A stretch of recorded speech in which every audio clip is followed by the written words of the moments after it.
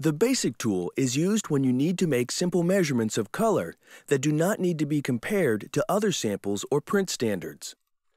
Two basic tools are configured for you: the densitometer and the single C-Lab tools. First, we will look at the density tool.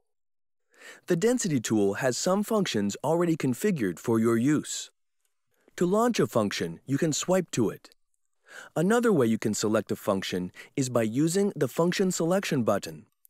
You will see a list of all the configured functions for this tool.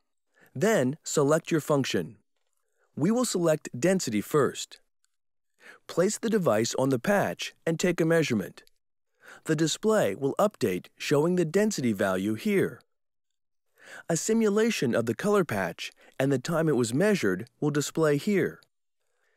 The function type and setting will display here. You can also view this measurement under other functions. For example, if you also need to see all of the density values of the patch, you can swipe to that function, or select it from the function list.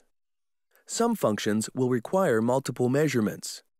For example, with trapping, you will need to measure the paper and 3 ink patches. In order to measure trap, you will need to know your press ink sequence. The first measurement you will need to take is a paper measurement. Do this by tapping the paper icon in the upper left corner of the screen and then measuring a non-inked part of the press sheet. If you forget to do this first, a message will prompt you to take a paper measurement.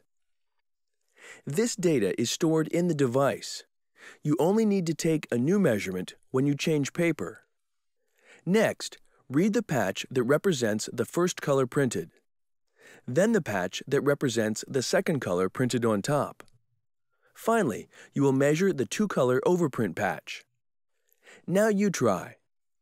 Using your exact to measure the density of the 100% cyan patch, take a look at your measurement using different functions, such as all densities. If you have an exact standard or exact advance, you can view other values such as LCH or L star, A star, B star. Next, select the trapping function. Identify the overprint that you want to measure and the first and second colors that are used to print that color. Measure the paper, the first ink, the second ink, and the overprint patches in the correct order. If you need help, review the video.